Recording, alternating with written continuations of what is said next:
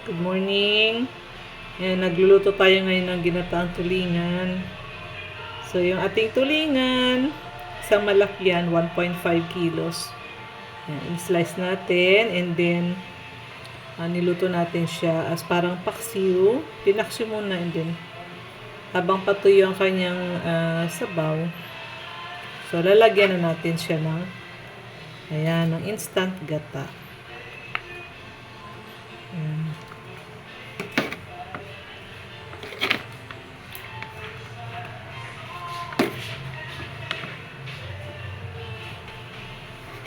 Ayan, ubusin natin yung isang pack ng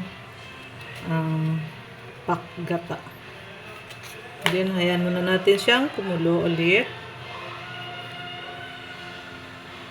Ayan. Pinaksyon natin para kumagat yung lasa ng lasang paksyo sa ginataang tulingan. So, ayan, may suka, may paminta, may asin. Ayan, nagbo-boil na.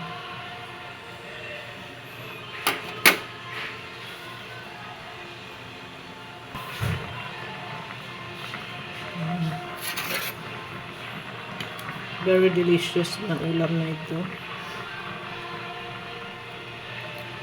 Nakaka-increase ng appetite. Kaya lang, control lang din tayo sa kanin.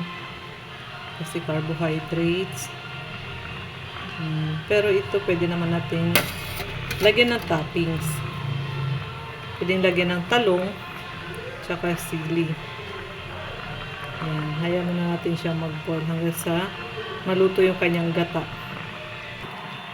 Ayan, takpan muna natin. Para sa mga mami na katulad ko, ayan, instant gata lang. Ayan na, nilagay na natin yung ating piniritong talong. Takpan ulit natin. Okay, yan na po. Tingnan natin. After 2 minutes ng kulo.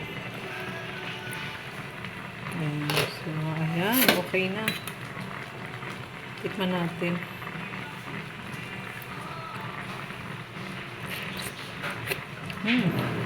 Sakto lang yung alat at suka. Ayan. Okay na po. Pwede natin i-serve. Ayan. Yan na po ating ginataang tulingan. Ayan. Simple lang lutuin pero masarap. Ayan. Thank you for watching. Thank you, Lord, sa blessing.